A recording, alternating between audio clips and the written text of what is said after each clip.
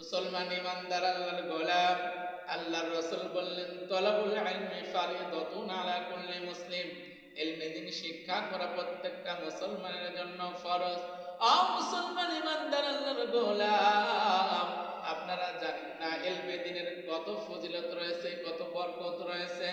একজন বিদ্বান আল্লাহ কোনোদিন ইবাদত করেন নাই, বন্দেগী করেন নাই, উনি একবার চিন্তা করলেন, আমার বাবাও মারা গেছে, আমার মাও মারা গেছে, আমার সকলে আত্মীয় স্বজন মারা গেছে, আমিও তো একদিন মারা যাব। ওনার ভিতরে মৃত্যুর ভয় চলে আসলো। উনি এবার বললেন, আমি কি করলে আল্লাহকে পাবো, আমি কি করলে জান্নাতে যাব, আমি কি করলে কবরের আযাব থেকে বাঁচবো। উনি চিন্তা করলেন, মৃত্যু তো আমার হবে। এই বৃদ্ধ লোক উনি চিন্তা করলেন, আল্লাহর কালামুল্লাহ শরীফকে উনি পড়তে চান, জানতে চান, কালামুল্লাহ শরীফকে একটু শিখতে চান। এবার পরিবারের সঙ্গে আলোচনা করলেন, পরিবারের লোককে বললেন, ও আমার পরিবারের লোকজন শোনো, আমি তো আল্লাহর কালামুল্লাহ শরীফ শিখতে চাই, কোথায় গেলে ভালো হয়, কোথায় গেলে আমি কোরআন শিখতে পারবো, তোমরা একটু বলে দাও। পরিবারের সমস্ত লোক বললেন, ওগো বাবা, আপনি যদি কোরআন শিখতে চান তাহলে আপনাকে মাদ্রাসার মক্তবে যাইতে হবে।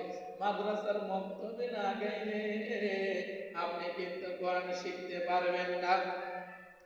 মুসলমান ইমানদার গ্রামবাসী তাকে পরামর্শ দিলেন, ওগো মুরব্বি চাচা, আপনি যদি কোরআন শিখতে চান তাহলে মাদ্রাসায় চলে যান। এবার ওই মুরব্বি মাদ্রাসায় চলে গেলেন। আমরা যারা মাদ্রাসায় গিয়েছি তারা জানি সর্বপ্রথম ওস্তাদ পড়া যায় আলিফ বা তাসা। কথা বলেন ঠিক কিনা? আলিফ বা তাসা যখন বান্দাদেরকে পড়ানো হয়, তেমনি করে এই মুরব্বিকে আলিফ বা তাসার সবক দেওয়া হলো। ওস্তাদ সবক দিয়ে দিল। মুরব্বি সবক পাওয়ার পর আলিফ বা শেখানো শুরু হলো। মুরব্বি আলিফ বা শিখতেছে, কিন্তু হঠাৎ করে কুল্লু নাফসিন যায়িকাতুল মাউত, মৃত্যুর ফেরেশতা হাজির হয়ে গেল। আজরাইল আলাইহিস সালাতু ওয়াসসালাম চলে আসলেন, মালাকুল মউত এসে ডাক দিয়ে বললেন, ওই মুরব্বিকে ডাক দিয়ে বললেন, তার রূহ কবজ করার জন্য এসেছেন। যখন মুরব্বি দুনিয়া থেকে বিদায় হয়ে গেল, কিন্তু ওই মুরব্বি তলবে আলিম হয়ে মৃত্যুবরণ করলো। কথা বলেন ঠিক কিনা? যেহেতু মাদ্রাসায় গিয়েছে, মাদ্রাসায় লেখাপড়া করেছে, আলিফ বা শিখেছে, এই জন্য কিন্তু তলবে আলিম হয়ে তিনি মৃত্যুবরণ করলেন। আবু মুসলমান, আমরা জানি মৃত্যুর পরে কবরে তিনটা প্রশ্ন করা হবে। কয়টা প্রশ্ন? তিনটা প্রশ্ন করা হয়। প্রথম প্রশ্ন করা হবে, মান রব্বুকা, তোমার রব কে ছিল? মান দীনুকা, তোমার দিন কি ছিল? মান নবিয়ুকা, তোমার নবী কে ছিল বলো। এবার মুরব্বিকে যখন দাফন কাফন শেষ করানো হলো, মুরব্বিকে অন্ধকার কবরে যখন শোয়ানো হলো, মুরব্বির সামনে এরকম ভাবে ফেরেশতা চলে আসলেন। মুনকার নাকির ফেরেশতা এসে প্রশ্ন করলেন, ওই মুরব্বিকে ডাক দিলেন, ওগো আল্লাহর বান্দা, উঠে পড়ো। ওই বান্দাকে যখন ডাক দিলেন, ওই বান্দা উঠে পড়লেন। ফেরেশতাদেরকে দেখতে পেলেন। ফেরেশতা বললেন, ওগো বান্দা, দুনিয়াতে প্রেরণ করা হয়েছিল, আল্লাহ তাআলা প্রেরণ করেছিলেন, মৃত্যু হয়েছে, কবরে এসেছো, এখন কবরের সওয়াবটা দিয়ে দাও, তাহলে তুমি আবার ঘুমাইতে পারবে। এবার ওই বৃদ্ধ লোক চিন্তা করলেন, কি জবাব দেব, কবরের কোন প্রশ্নের জবাব দেব, কিছুই তো জানি না। আসলে মুরব্বি তো কিছুই জানে না। কথা বলেন ঠিক কিনা? মুরব্বিকে যখন প্রশ্ন করা হলো, মান রব্বুকা, তোমার রবকে, মুরব্বি তো আর কিছুই জানে না, কিন্তু আমরা জানি মান রব্বুকা, আমাদের রবকে আল্লাহ। কথা বলেন ঠিক কিনা? মান দীনুকা, দিন কি ছিল? ইসলাম। মান নাবিয়ুকা, আমাদের নবীর নাম হযরতে মুহাম্মদ সাল্লাল্লাহু আলাইহি ওয়াসাল্লাম। কথা বলেন ঠিক কিনা? এই তিনটা প্রশ্ন করা হবে বান্দাকে। আপনারা জানেন কিনা জানেন, আমি জানি না। এই তিনটা প্রশ্নের পরে আরেকটা প্রশ্ন বান্দাকে করা হবে। মোট 4টা প্রশ্ন করা হবে। তারপরে বান্দা যখন এই প্রশ্নের জবাবগুলা দিয়ে দিবে, বান্দাকে প্রশ্ন করা হবে, ওগো বান্দা বলো তো, এই যে 3টা প্রশ্নের জবাব যে তুমি দিলে, এই 3টা প্রশ্নের জবাব তুমি কোথায় থেকে শিখলা? এবার আমাদেরকে এরকম ভাবে 4টা প্রশ্ন করা হবে।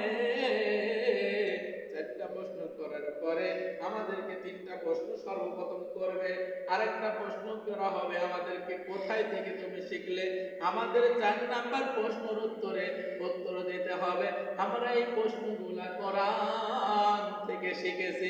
বলেন সুবহানাল্লাহ। অত মুসলমান, ওই মুরব্বির দিকে আমরা চলে যাই। ওই মুরব্বিকে যখন কবরে রাখা হলো, ওই মুরব্বিকে প্রশ্ন করা হলো, মান রব্বুকা। মুরব্বি উত্তরে কি বলেন?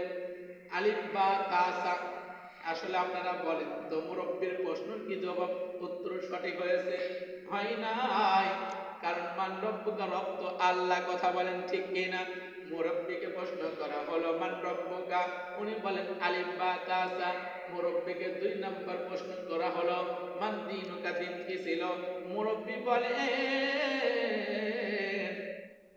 আলিফ বা তা সা। 3 নম্বর প্রশ্ন করা হলো, মুরব্বিকে বলা হলো, মুরব্বি বলো মান নাবিয়ুকা, নবী কে ছিল? মুরব্বি বলেন আলিফ বা তা সা। আপনারা বলেন তো, প্রশ্নের উত্তর হচ্ছে? প্রশ্নের উত্তর কিন্তু সঠিক হচ্ছে না। ফেরেশতা আল্লাহর দরবারে হাজির, আল্লাহর দরবারে হাজির হয়ে গেলেন। ফেরেশতা ডাক দিয়ে বললেন, আল্লাহ, আপনার বান্দাকে প্রশ্ন করা হলো, কিন্তু আপনার বান্দা তো সঠিক জবাব দিতে পারলো না। মাবুদ, আপনার বান্দাকে প্রশ্ন করা হয়েছিল মান রব্বুকা, আপনার বান্দা বলেন আলিফ বা তা সা। আপনার বান্দাকে বলা হলো মান দীনুকা, আপনার বান্দা বললেন আলিফ বা তা সা। ওগো মাবুদ, আপনার বান্দাকে যখন আপনার বন্ধুর বিষয় জিজ্ঞাসা করা হলো, মান নাবিয়ুকা, নবী কে ছিল? ওই বান্দা ডাক দিয়ে বলেন আলিফ বা তা সা।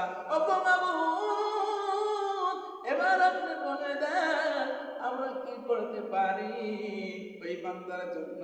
ওগো মাওলা, উনি তো প্রশ্নের উত্তর সঠিক দিতে পারে নাই। আল্লাহ তাআলা বললেন, ওগো ফেরেশতারা, চিন্তার কোনো কারণ নাই, ওই বান্দা তো প্রশ্নের উত্তরে বলেছে আলিফ বা তা সা। ওগো ফেরেশতা, তোমরা জানো না, ওই বান্দা যখন দুনিয়ার বুকে এক সময় মৃত্যুর ভয় করলেন, মৃত্যুর ভয়ে কোরআনটা শিখতে গেলেন মাদ্রাসায়, আর আমি সেই দিনই তার সমস্ত গুনাহ মাফ করে দিয়েছে। বলেন সুবহানাল্লাহ। ওই বান্দা দুনিয়াতে আমাকে দেখেন নাই, তারপরে আমি আল্লাহকে ভয় করেছে, এই জন্য আমি রব তাকে মাফ করে দিয়েছি। ওগো ফেরেশতারা, শুনে নাও, আমার থেকে দুনিয়াতে কোনো দয়াবান মানুষ হতে পারে না, কেউ হতে পারে না। এই জন্য আমি রব ওই বান্দার আলিফ বা তা সা প্রশ্নের উত্তর আমি সঠিক করে নিলাম। বলেন সুবহানাল্লাহ। এই জন্য বলে রে ভাই, কোরআন শিক্ষার দাম আছে। এই জন্য কোরআন আমাদের শিখতে হবে। এই যে মাদ্রাসা আছে আশেপাশে, এই মাদ্রাসাগুলোই কোরআন কিন্তু সঠিকভাবে শিক্ষা দেওয়া হয়। আমি আপনাদের কাছে অনুরোধ করব, সকলেই মাদ্রাসায় ছাত্র ভর্তি করে দেবেন। এখান থেকে আলেম হাফেজ হবে, আর এই আলেম হাফেজের পিছনে পিছনে আপনারা জান্নাতে যাইতে পারবেন। আল্লাহ তাআলা সকলকে আলেম ও হাফেজের পিতা মাতা আত্মীয় স্বজন হওয়ার তৌফিক দান করুন। সকলে বলেন আল্লাহুম্মা আমিন। ওয়া আখিরু দাওয়ানা আলহামদুলিল্লাহি রাব্বিল আলামিন। আসসালামু আলাইকুম ওয়া রাহমাতুল্লাহ।